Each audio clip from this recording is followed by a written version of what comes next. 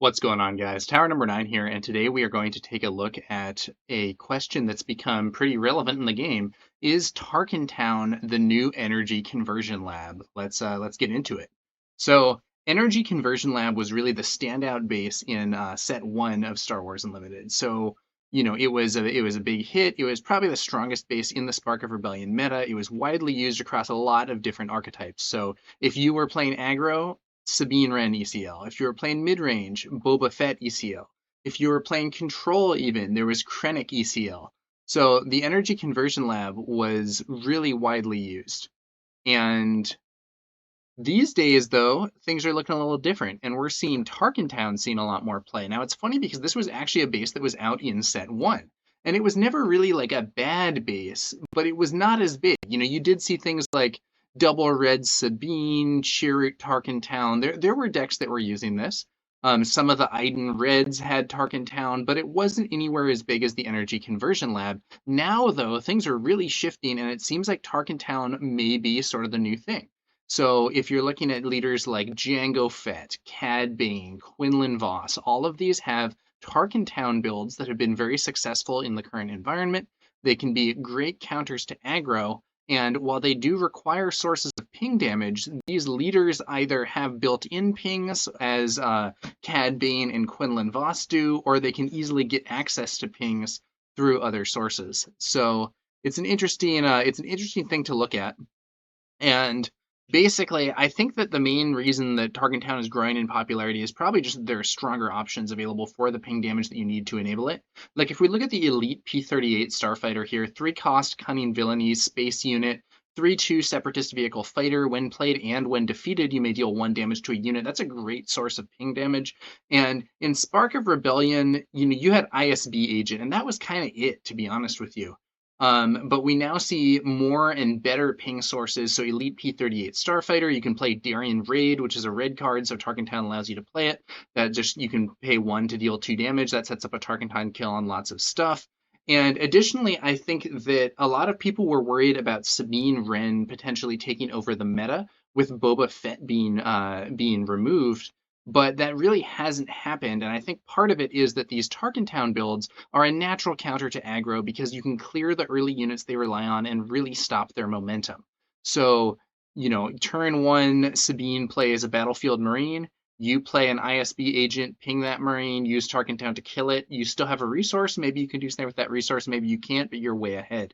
And that's been an interesting dynamic in the game as a whole. And I think that Villain Red has been somewhat more popular now than it was early on. And in particular, I think that the Ruthless Raider, which was always a really good card, has really benefited a lot from Triple Dark Raid being a thing that exists and allowing you to get that Ruthless Raider onto the field early.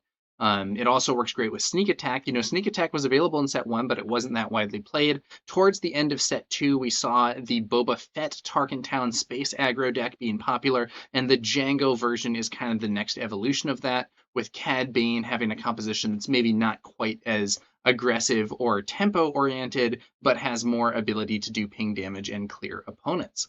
So overall, I think Tarkintown is in a pretty good spot, and it's worth noting you don't have to actually put together these combinations for it to get some value. So if the opponent ambushes you, in particular, ambushes almost always result in the ambushing unit taking damage unless it has a shield. And so Tarkintown can often be used to clear that out, whether that be against an ECL or against just a normal ambush play, like something like Forlom, modded cohort, something like that. And you don't have to ping to enable Tarkintown, like I was saying. You can just set it up. Either your opponent ambushes in and takes some damage, or even just like ordinary unit combat dynamics result in you having the ability to use that Tarkintown to defeat an opposing unit. Seems pretty good. Better answers to Sabine are, I think, a key part of this. So a lot of the game's mid-range decks honestly weren't all that good against Sabine, and it creates kind of an awkward situation because the traditional kind of triangle there is that aggro beats control, control beats mid-range, mid-range beats aggro, And we were having kind of some issues because a lot of the mid-range decks weren't actually all that good against Sabine. You'd have people playing things, I don't know. So I think that if someone's playing like a Luke Green or a Luke Red, these were somewhat popular decks in the early stages of the game. But I think as time went on, it became apparent that some of those builds didn't really have what it takes to stop Sabine. In some cases, you would actually be losing the game before you even got a chance to deploy Luke because the Sabine deck was just so much more aggro. And there have been some more good control options, but there have also been some new options for Sabine herself. We've seen things like Poe Dameron and Wrecker giving some strong options with the ECL that weren't available in set one. In any case, a lot of these mid-range decks have kind of struggled a bit with Sabine, but the Tarkintown plus some early ping damage sources is a great way to gain advantage in that matchup by checking the early tempo that the Sabine decks have to offer. This was somewhat true in set one. You saw like Boba Red in set one was not widely played, but it did actually have some really good moves against Sabine. In particular, I remember playing a game there where I play my turn one play, my opponent plays ISB agent, pings my unit, kills it with Tarkintown, and then gets the resource back with Boba and plays two more one-cost units. And I was like, ooh, I don't think I'm winning this one. It can be nasty. Now that leader is no longer available in competitive premier constructed play, but it was at least somewhat relevant early on, and now that style of play has more tools. Even though you don't have the ability to ready a resource with Boba, you have other things like with Django. Even after you've used Tarkintown, those ping damage effects become a way to exhaust your opponent's units that can be really strong.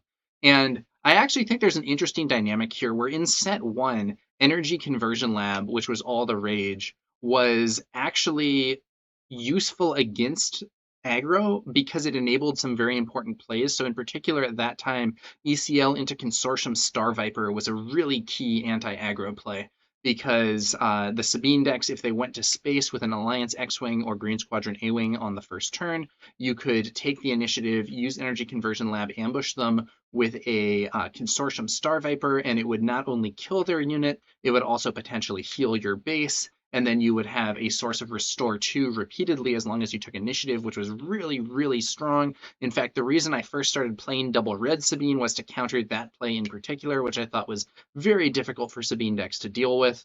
And in Krennic in particular, that play actually got even better because in Krennic, once your Consortium Star Viper had ambushed in and now it was damaged, now all of a sudden it is strength 4, which means that even if your opponent was running like a Sabine Yellow with cards like Millennium Falcon or the Azatec Liberator gunship, those now trade with that Star Viper instead of killing it and remaining alive, which is really a big problem for the Sabine player.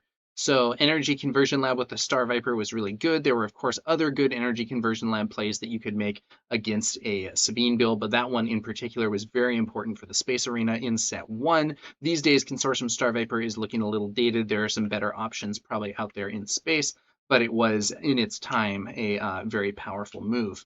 And I think the overall lesson that we can maybe take from this is that these 25 HP bases, so I think the conventional wisdom is that 25 HP bases are more vulnerable to aggro, and in a lot of cases I think that's true, but it's worth noting that now with Energy Conversion Lab in set 1 for the Consortium Star Viper, and now here in set 3 and to some extent in set 2 with the Tarkintown plays to clear an early unit, it seems like if your 25 HP base has good anti-aggro moves, that are important for that matchup, you can totally run those and have a 25 HP base work in those scenarios. And I think it's an interesting contrast to the way that people have been more conventionally thinking about it, and something to consider as we see more bases implemented in the future as well. Even if you have a base with lower HP, if its ability is good enough against aggro, that might actually mean that might actually not mean that you're really vulnerable because the ability can make up for the missing HP to a substantial extent. So those are some thoughts there. And now I'm going to move on. How do you counter these sorts of builds? So let's say you're an aggro player and you're really annoyed by these things. Well, so these decks can be a major threat for aggro. But now, one thing you can do is play a later game strategy. So later game strategies don't care about this threat as much. If you play a more mid-range or control deck yourself, it might not be as big a deal. Another thing that you can do is play an aggro deck that uses multiple small units. Multiple small units can be more resistant to the ping Tarkintown tactic because the opponent just gets less value. So as a very simple example, if your opponent, if you play Leia Organa Defiant Princess turn 1, ready a resource, and then play a Spec Force soldier, giving yourself 2/2/2 units. Yes, your opponent could still ISB Agent Tarkintown one of those units, but the value they're getting is less, and you still end up with a unit on the board. So like a Sabine yellow composition with multiple small units could be relevant here. It is worth noting that if your multiple small units have 1 HP, though, you're kind of playing into the ping deck's hands because ping decks love facing 1 HP opponents. Another thing that's worth noting is that shielded units don't get removed from this combination. So if you play Crafty Smuggler, your opponent plays ISB Agent, clears your shield, your unit still isn't damaged because you took that damage on your shield, and for that reason they can't use Tarkintown on you. So that's an example of something that I would consider to be quite relevant. Similarly, 5 HP units, Cassian Andor, who I've highlighted here, the Liberated Slaves, which is a 3-cost 3/5. DJ, they survive a ping plus Tarkintown, at least a 1 damage ping. They would still die to Daring Raid plus Tarkintown, but yeah. Another thing you could potentially do is use healing effects, the most obvious one being Obi-Wan Leader. So if you have Obi-Wan Leader, your opponent pings an initial play of yours, you can just exhaust Obi-Wan, heal that ping, and not be vulnerable to Tarkintown there.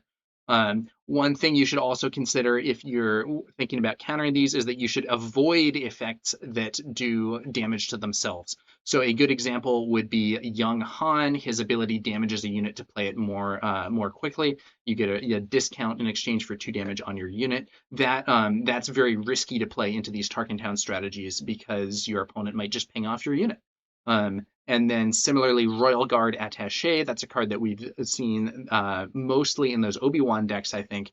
So that one is, I think, a 2-cost 2/5 that does 2 damage to itself when played. So for Obi-Wan, I think the idea is, okay, I play this, and now it's a 2/3, but then I use my ability to heal it, and now it's a 2/4, and then next turn I can heal it again, and it's actually a 2/5 for 2, which is really good value. But if you play it and it's a 2/3 and your opponent just Tarkintowns to kill it, you don't get a chance to get all that value with Obi-Wan's ability, so it might not be as desirable unless you're trying to bait out an early Tarkintown activation for whatever reason. So those are some thoughts on countering the Tarkintown builds that are becoming so popular. And lastly, I want to say recent tournament results do back this up.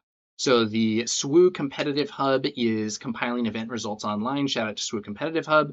And I went through some recent tournaments. Tarkintowns now outnumber Energy Conversion Labs in a bunch of top cuts. It's not as if every single deck is Tarkintown, but it used to be that you would see tons of ECL decks up there, and now the tide is shifting. However, most of these are smaller tournaments. That's an important note. They're not the biggest events. They're not the biggest events out there. And we'll have to see what happens once PQs get started. We've been in a bit of a lull when it comes to competitive play because people have been figuring out the set, figuring out what to do now that Boba Fett is banned, and coming up with their plans for the PQ season, which is going to get started shortly. I could easily see there being more drift in the meta as things evolve. Maybe people come up with a great counter to those Tarkintown builds, but yeah, well, I'm interested to see how it goes. Also, stay tuned for some more casting. There are some big plans over at McClunky Gaming. I was involved with casting a bunch of the PQs and other tournaments during the Shadows of the Galaxy meta with them. And I'm actually pleased to announce that I am joining the McClunky Gaming team officially and will be involved in a bunch more casts as the Twilight of the Republic season continues. So yeah, I'm going to be sure to link them and to the SWU Competitive Hub in the video description below. But big shout out to McClunky Gaming. Titanic and Claire over there have been doing great jobs with the stream productions, and I know they have some good players on their competitive team as well who actually won some of those events that we were doing the commentary on. So I'm happy to be working with them again, and yeah, stay tuned for more competitive streams as the season gets going. and I'll be over on the McClunky Gaming channel over on Twitch and YouTube doing some more casting. So really excited to be a part of that, and yeah, I think it's going to be a cool time for the game, and I'm looking forward to seeing how these events go. So Merry Christmas to everyone, and if you have any particular thoughts on the Tarkintown being the new ECL, all the Tarkintown decks that we've been seeing, how to counter those builds, what you think is going to be going on in the upcoming meta, feel free to share those with me in the video, in the comments below, and I will check that out. If you're interested in seeing some of the tournament results from those few events that have already been going on, do check out the SWU Competitive Hub and stay tuned for more from me, both here and over at McClunky Gaming. So, yeah, I will catch you guys later. Thanks to you all for watching.